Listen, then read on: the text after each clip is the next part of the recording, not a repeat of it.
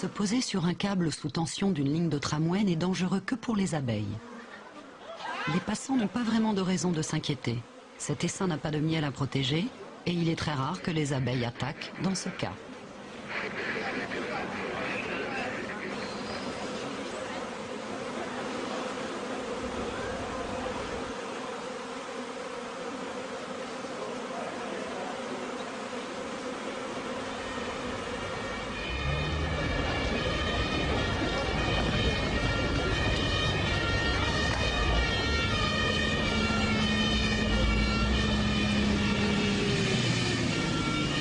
Les pompiers viennent à leur secours.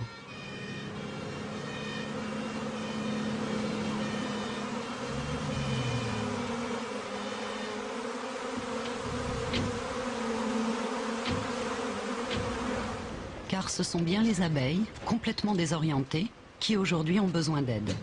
Les pompiers ont amené avec eux des spécialistes qui pourtant semblent avoir bien du mal à maîtriser les mouvements de ces abeilles.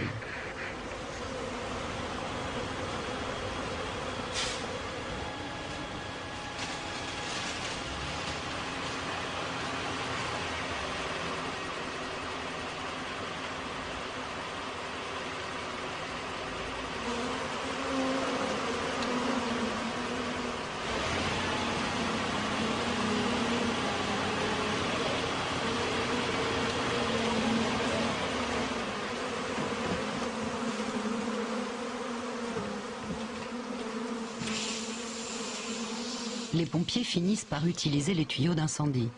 L'eau froide a le mérite de calmer les abeilles, du moins pour le moment.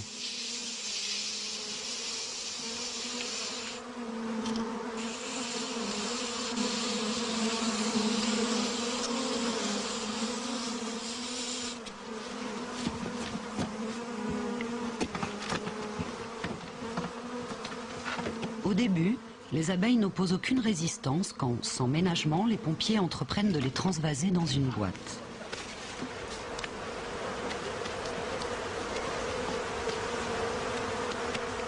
Mais ensuite, la reine, protégée de la douche froide par des dizaines de fidèles ouvrières serrées contre elle, fomente la révolte. L'essaim, entourant sa reine, s'échappe de la boîte et poursuit son voyage vers une destination inconnue.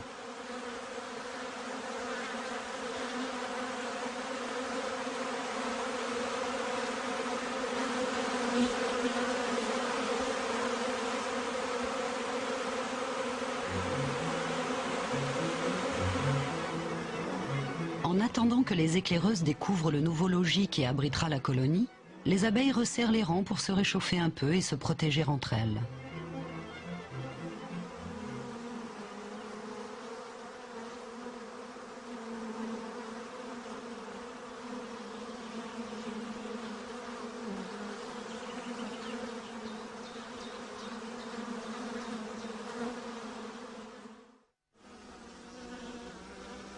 La colonie de la vieille reine n'a pas tous ces soucis. En mettant leurs forces en commun, les abeilles sont parvenues à aménager en ruche l'intérieur du tronc d'arbre fruitier.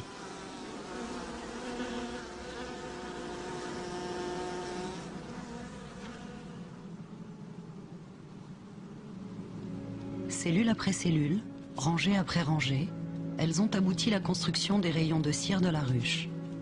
Un travail qui aura coûté cher en matériaux de construction, puisque les abeilles consomment environ 7 kg de miel pour produire 1 kg de cire.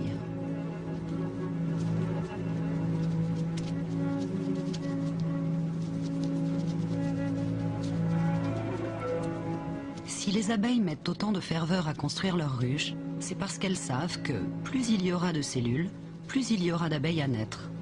Et c'est la génération d'ouvrières à venir qui permettra d'assurer la pérennité de la colonie qui a élu domicile au sein de l'arbre fruitier. Les abeilles de la première ruche partagent les mêmes préoccupations. Mais là, l'avenir de la colonie dépend entièrement de la reine. La jeune reine encore vierge est à la veille de son premier vol nuptial. Le moment est capital et rempli d'incertitudes. Elle doit rejoindre, à un moment très précis, la horde de faux bourdons qui l'attend dans le ciel.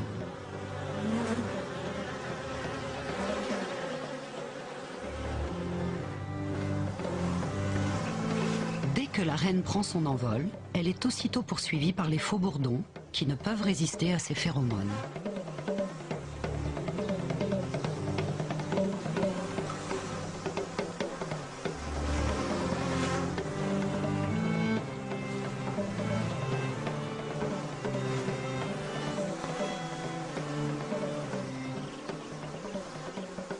Une fois sa mission accomplie, le faux bourdon retombe au sol, le bas-ventre déchiré. La reine rentre aussitôt à la ruche. Les ouvrières savent, à la forme de son abdomen, que l'accouplement a bien eu lieu.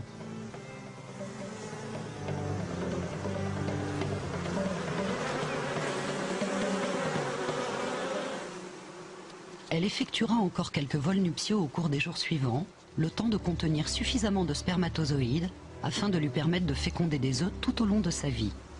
Les spermatozoïdes ont une durée de vie d'une demi-douzaine d'années. La reine peut alors se mettre à pondre. En assurant la relève, l'avenir de la colonie est désormais beaucoup moins incertain.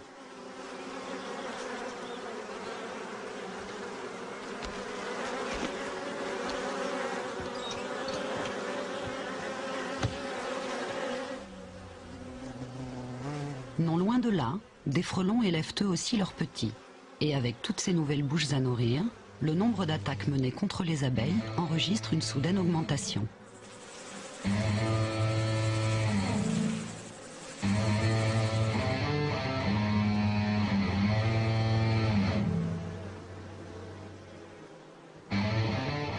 Les abeilles contre-attaquent, même si, seule, une abeille n'a aucune chance de s'en sortir face à un frelon. Le frelon vise les gros muscles qui assurent le mouvement de ses ailes. Mais il n'est pas rare que pendant la bataille, l'abeille perde sa tête.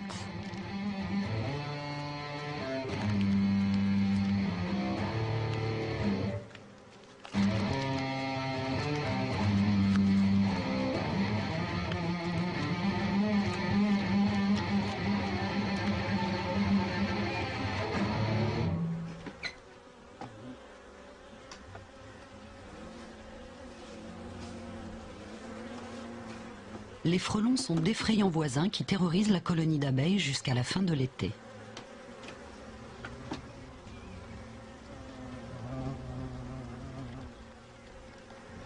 Les abeilles n'ont rien à craindre de ce visiteur que voici. L'apiculteur est simplement venu, en quelque sorte, présenter ses hommages à la nouvelle reine.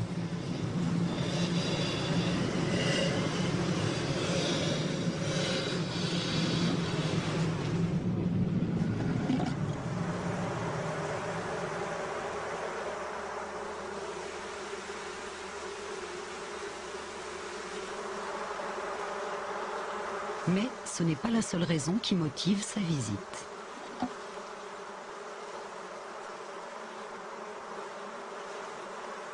Une reine fécondée a beaucoup de valeur aux yeux de l'apiculteur. Et pour qu'il n'y ait aucun doute sur son droit de propriété, il y appose sa marque.